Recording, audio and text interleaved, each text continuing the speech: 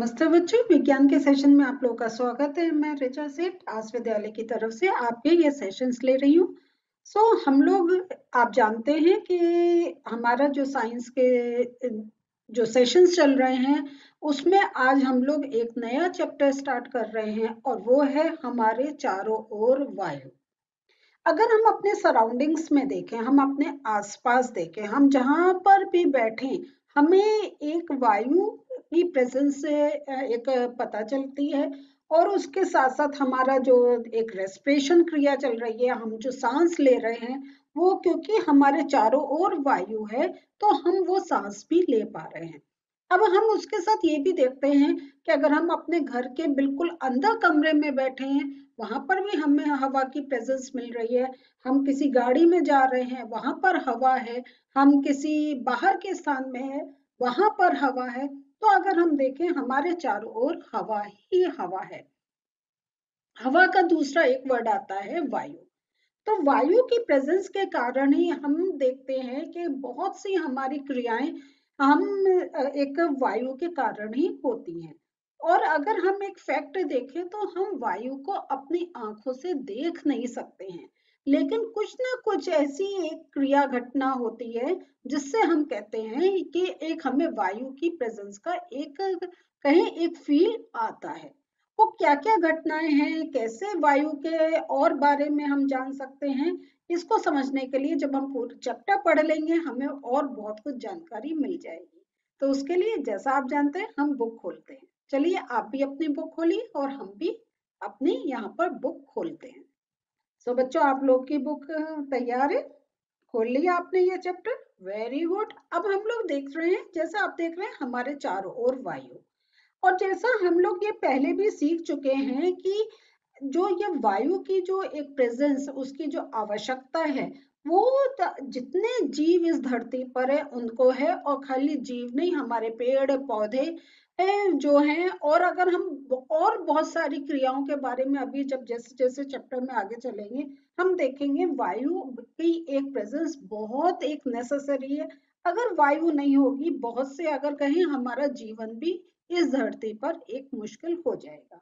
लेकिन जो जैसा मैंने आपको पहले पूछा था कि आपने कभी वायु को देखा है, और हमने उसका उत्तर भी दे दिया था हमने कभी वायु को देखा नहीं है। लेकिन कुछ ना कुछ ऐसी क्रिया विधि होती है जिससे हमें पता चलता है वायु है। और उसके साथ साथ कभी हम इसको ये देख कुछ क्रियाओं को देखकर कहते हैं अरे वायु बहुत तेज चल रही है, हवा बहुत तेज चल रही है। होता है या नहीं होता है? या अगर हम कहते हैं आज तो वो चल ही नहीं रही है, तो इसका क्या अर्थ हुआ? वायु है ही नहीं उस समय। नहीं, वायु है लेकिन उसकी गति में कमी है। ठीक है। लेकिन ये जो है, जो उसका अनुभव है वो हम विभिन्न तरीकों से करते हैं। और इसको अनुभव जैसे हम देखते हैं कि हमारे जब पेड़ों की पत्तियां खड़खड़ाती हैं या हमें उनको हिलता हुआ हम देखते हैं। हमारे जो कपड़े सूखते हैं वो भी कि वायु जो चलती है उससे ही हमारा एक वाष्पन की क्रिया होती है। तो हम ये देखते हैं हमारे कपड़े भी सूख जाते हैं। तो ये और इस प्रकार अगर आप से कहें तो आप और बहुत सी अपनी अगर दिनचर्या में आप कह सकते हैं कि अगर पेपर कहीं उड़कर जा रहा है, हमारे कपड़े कहीं उड़ रहे हैं, वो वायु के कारण है या नहीं है? तो अगर हम अपनी रूटीन में देखें ऐसी बहुत सी क्रियाविधि हैं जिनसे हम कह सकते हैं वायु हमारे चारों ओर एक प्रेजेंस उसकी होती है। और अगर आप चलिए थोड़ा आप भी सोचिए, अगर आपको कुछ याद आ रहे हैं और कौन कौन सी क्रियाओं को देखकर आप कह सकते हैं कि वायु धीमी गति से चल रही है, वायु तेज गति से चल रही है, तो आप ये वीडियो पॉज करें और अपनी कॉपी में आप वो लिस्ट कर दीजिए, वो वाले जो क्रिया विधि हैं उनको आप अपनी तरफ भी एक सोच कर लिख सकते हैं। तो जरा आप सोचिए, ठीक है? और लिखने के बाद फिर आप ये वीडियो को कंटिन्यू कर सकते हैं। धीरे धीरे हम लोग और देखते हैं कि पंखे के चालू होने पर खुली पुस्तक के पृष्ठ आवाज करने लगते हैं, है ना? तो अब यहाँ पे एक और आपको कहा है कि आप रूम में हैं, आपके अगर बुक खुली हुई है तो वो उसके पेजेस इधर उधर नहीं हो रहे हैं। तो इसका क्या अर्थ हुआ? आपके कमरे में वायु नहीं है? वायु है, बिल्कुल ठीक है। लेकिन आप जब पंखा चलाते हैं तो आपके पेजेस उड़ने लग जाते हैं, उसका क्या कारण है? तो ठीक सोच रहे हैं कि पंखा जब चलाते हैं तो जो कमरे में वायु होती है वो और तेज बहने लगती है, और उस कारण जो पुस्तक के पृष्ठ हैं वो उलट जाते हैं। अगर आपने पेपर्स रखे हैं वो आपके उड़ने लग जाते हैं, है या नहीं है? तो अगर हम पेपर का कुछ काम कर रहे हैं, हम किसी चीज से, हम पेपर वेट से, किसी चीज से या कोई भारी और चीज से हम उनको दबा के रखते हैं कि वो जो है वो उड़े नहीं, वो एक जगह रहें। ठीक है। इसके साथ साथ हम लोग एक चीज और देख रहे हैं कि वायु के बहने के कारण ही आपकी जो पतंग है वो भी उड़ती है या नहीं है? कितने लोग आप लोग पतंग उड़ाते हैं? उड़ाते हैं, वेरी गुड। चलिए हम लोग ये जो एक आपको हम लोगों ने पहले जो चैप्टर्स करे थे उसमें हमने एक क्रियाकलाप करा था जिसमें हमने निष्पाव वन की क्रिया देखी थी। कि हम लोग क्या देखा था कि उसमें हमने बुरादे का और रेत का जो मिश्रण था उसको सेपरेट करा था, तो ये सेपरेशन की क्रिया विधि थी। और इसमें हम तेज वायु के उसमें ही हम ये कार्य करते हैं। और अगर आप देखेंगे किसान भी ऐसे बहुत से जो धान और उन सबको सेपरेट करना होता है उसमें भी हमने निष्पावन की क्रिया को समझा था। तो ये भी हम जब तेज एक वायु चलती है तब हम उन क्रियाओं को करते हैं। और फिर हम लोग ये देखते हैं कि जैसे जो तूफान आते हैं उस समय जो वायु होती है उनकी गति बहुत तेज होती है। तो अगर हम दूसरे वे में बोले तो अगर वायु बहुत तेज गति से चल रही है तो हम कहते हैं ये तो तूफान है, ये तो आंधी है, अरे अपने सामान अंदर रखो नहीं तो उड़ जाएगा। तो इसका अर्थ है कि वायु में इतनी पार होती है कि वो अपने साथ साथ काफी सामान को भी आपके उड़ा के लेके जा सकती है। तो जब वायु इतनी गति से चलती है कि आपका घर की छत उड़ सकती है, आपके बाहर जो सामान रखा है वो इधर से उधर गिर सकता है, तो हम उस जो तेज गति वाली वायु को फिर हम तूफान या आंधी के रूप में बोलते हैं। तो यहाँ पर वायु में इतना एक कहे इतनी पार होती है कि इवन आपके जो पेड़ हैं, आपके वर्षों पुराने जो पेड़ हैं वो भी गिर जाते हैं। तो वायु में इतनी पावर भी होती है। और जब तूफान आता है तो इवन आपके जो छत अगर आपकी ऊपर ऐसी छत है जो आपने एक डाल रखी है वो भी उड़ जाती है।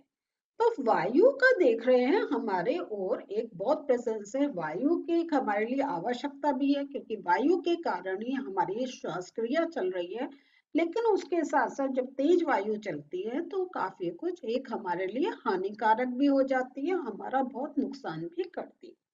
तो वायु की प्रेजेंस का एक आपने ये फिरकी का जरूर करा होगा, आप मेले में गए होंगे, आप मार्केट में गए होंगे, तो आप लोगों ने जरूर ये फिरकी खरीदी होगी।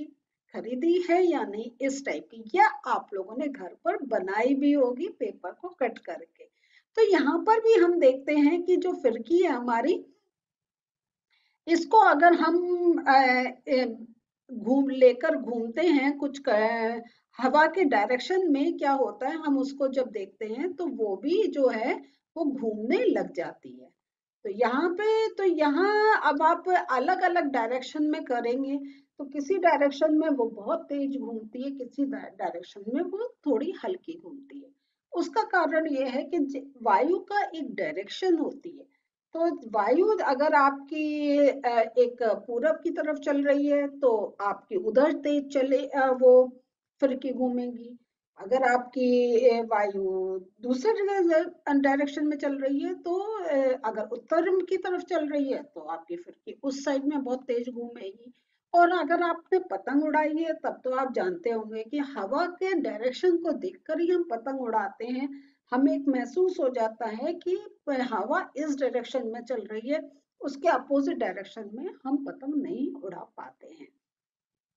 दूसरा अगर हम देखें तो एक ये बात सूचक भी होता है, और ये क्या होता है, ये उस दिशा में रुक जाता है जिसमें कि उस स्थान पर वायु चल रही होती है। तो वातसूचक जो होता है, कहीं कहीं अगर हमें ये डायरेक्शन पता करना है किस डायरेक्शन में हवा चल रही है, तो ये वातसूचक हम लगा देते हैं, और जिस डायरेक्शन में वो रुकता है तो उस डायरेक्शन में हम कहते हैं जो है उस दिशा में वायु चल रही है। तो यहाँ देखिए, वायु यहाँ से अगर हम अभी अपने बुक में देख रहे हैं तो दाएं से बाएं चल रही है। ठीक है, आप ईस्ट वेस्ट भी बोल सकते हैं, है ना। तो ये एक डायरेक्शन बताता है। और अगर आपका नॉर्थ साउथ है तो ये क्या होगा, ये हम इधर की तरफ दिखाएंगे और ये पार्ट हमारी तरफ लगेगा। तो इस प्रकार जो है हम देख रहे हैं कि वायु की प्रेजेंस हमारे चारों ओर है, और हमारे एक वात सूचक भी है जिसके द्वारा हम वायु की डायरेक्शन का पता भी कर सकते हैं। और वायु हमारे लिए बहुत लाभकारी है, लेकिन जब तेज चलती है, तूफान रूप में चलती है, तो नुकसान भी करती है। तो ये सब हमने आज इस चैप्टर का इंट्रोडक्शन ले लिया है। आज के नोट्स देख लेते हैं हम। तो बच्चों, वायु का लिए एक छोटा सा नोट आपको दे रहे हैं कि वायु की उपस्थिति निम्नलिखित तरीकों से अनुभव होती है। जब पेड़ों की पत्तियां हिलती हैं, गीले कपड़े सूख जाते हैं, खुली पुस्तक के पृष्ठ पलटने लगते हैं, हल्की वस्तुएं जैसे मिट्टी, कागज, कपड़े आदि उड़ने लग जाते हैं। तो और आप भी अगर आपने अपनी कुछ और लिस्ट में इसमें ऐड करना है तो आप कर सकते हैं। और अगर जैसा मैंने आपसे चैप्टर के शुरू में कहा था, आपने कुछ लिखा है तो ये पॉइंट्स लिखकर आप और अपने भी पॉइंट्स लिख सकते हैं। तो इस प्रकार आप देखें, अपना आज से महसूस करना शुरू करें, आपको कब कब फील होता है कि वायु हमारे चारों ओर उपस्थित है। तो बच्चों, आज हम लोगों ने नया चैप्टर का इंट्रोडक्शन ले लिया है कि वायु क्या है, कैसे हम उसका एहसास करते हैं कि हमारे चारों ओर वायु है। अभी वायु से रिलेटेड और बहुत जानकारी लेनी है। जैसे जैसे सेशंस में आगे चलेंगे हमें वो मिलती जाएगी। मिलते हैं फिर से नेक्स्ट सेशन में। बाय।